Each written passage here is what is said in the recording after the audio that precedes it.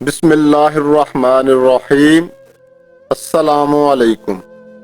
ابو نصر نامی ایک شخص اپنی بیوی اور ایک بچے کے ساتھ غربت اور افلاس کی زندگی بسر کر رہا تھا۔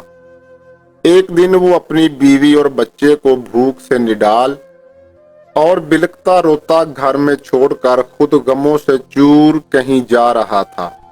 راہ چلتے ہوئے اس کا سامنا ایک عالم دین سے ہوا، جسے دیکھتے ہی ابو نصر نے کہا، اے شیخ، میں دکھوں کا مارا ہوں، غموں سے تھک گیا ہوں۔ شیخ نے کہا، میرے پیچھے چلے آؤ، ہم دونوں سمندر پر چلتے ہیں۔ سمندر پر پہنچ کر شیخ صاحب نے 2 رکعت نماز نفل اس کو پڑھنے کا کہا۔ نماز پڑھ چکا تو اسے ایک جال دیتے ہوئے کہا کہ بسم اللہ پڑھ کر اس جال کو سمندر میں پھینک دو۔ جیسے ہی جال پھینکا گیا، ایک بڑی ساری مچھلی جال میں پھنس کر باہر آ گئی۔ شیخ صاحب نے ابو نصر سے کہا، اس مچھلی کو جا کر فروخت کر دو اور حاصل ہونے والے پیسوں سے اپنے اہل خانہ کے لیے کچھ کھانے پینے کا سامان خرید لینا۔ ابو نصر نے شہر جا کر مچھلی فروخت کی، حاصل ہونے والے پیسوں سے ایک قیمے والا اور ایک میٹھا پراٹھا خریدا اور سیدھا شیخ احمد بن مسکین کے پاس گیا اور اسے کہا، حضرت، ان پراٹھوں میں سے کچھ لینا قبول کیجئے۔ شیخ صاحب نے کہا کہ میں نے نیکی آپ کے ساتھ اجرت کے لیے نہیں کی، تم یہ پراٹھے لے جاؤ اور اپنے اہل خانہ کو کھلا دو۔ ابو نصر پراٹھے لیے خوشی خوشی اپنے گھر کی طرف جا رہا تھا کہ اس نے راستے میں بھوک کے مارے روتی ایک عورت کو دیکھا، جس کے پاس ہی اس کا بے حال بیٹا بھی تھا۔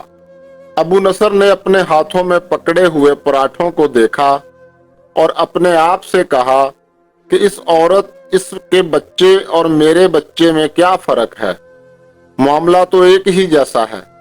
میرے گھر والے بھی بھوکے ہیں اور یہ بھی بھوکے ہیں، آخر میں پراٹھے کن کو دوں؟ عورت کی آنکھوں کی طرف دیکھا تو اس کے بہتے آنسو نہ دیکھ سکا اور اپنا سر جھکا لیا۔ پراٹھے عورت کی طرف بڑھاتے ہوئے کہا، یہ لو، خود بھی کھاؤ اور اپنے بیٹے کو بھی کھلاؤ۔ عورت کے چہرے پر خوشی اور اس کے بیٹے کے چہرے پر مسکراہٹ کھل گئی۔ ابو نصر غمگین دل لیے واپس اپنے گھر کی طرف یہ سوچتے ہوئے چل دیا کہ اپنے بھوکے بیوی بیٹے کا سامنا کیسے کرے گا۔ وہ تو اس کا راستہ دیکھ رہے ہیں کہ اب وہ کچھ لے کر آئیں گے اور ہم کھانا کھائیں گے، اب ان کا سامنا کیسے کروں گا؟ گھر جاتے ہوئے راستے میں اس نے ایک منادی والا دیکھا جو کہہ رہا تھا، ہے کوئی جو اسے ابو نصر سے ملا دے؟ لوگوں نے منادی والے سے کہا، یہ دیکھو تو صحیح، یہ ہے ابو نصر۔ اس نے ابو نصر سے کہا، تیرے باپ نے میرے پاس آج سے 20 سال پہلے 30,000 درہم امانت رکھے تھے، مگر یہ نہیں بتایا تھا کہ ان پیسوں کا کرنا کیا ہے۔ جب سے آپ کا والد فوت ہوا ہے، میں آپ کو ڈھونڈ رہا ہوں کہ کوئی میری ملاقات آپ سے کرا دے۔ آج میں نے آپ کو پا ہی لیا، یہ لیجئے، یہ آپ کی امانت ہے۔ ابو نصر کہتا ہے کہ میں بیٹھے بٹھائے امیر ہو گیا، میرے کئی گھر بنے اور میری تجارت پھیلتی گئی۔ میں نے کبھی بھی اللہ کے نام پر دینے میں کنجوسی نہیں کی، ایک ہی بار میں شکرانے کے طور پر 1000 درہم صدقہ دے دیا کرتا تھا۔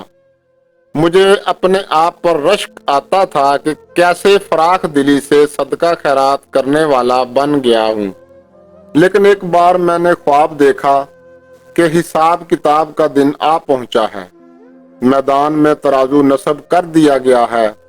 منادی کرنے والے نے اونچی آواز دی اور بولا، ابو نصر کو لایا جائے اور اس کے گناہ اور ثواب تولے جائیں۔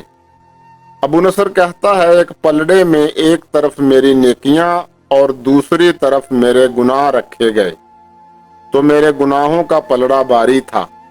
میں نے پوچھا، آخر کہاں گئے وہ میرے صدقات جو میں نے اپنے اللہ کی راہ میں خرچ کیے تھے؟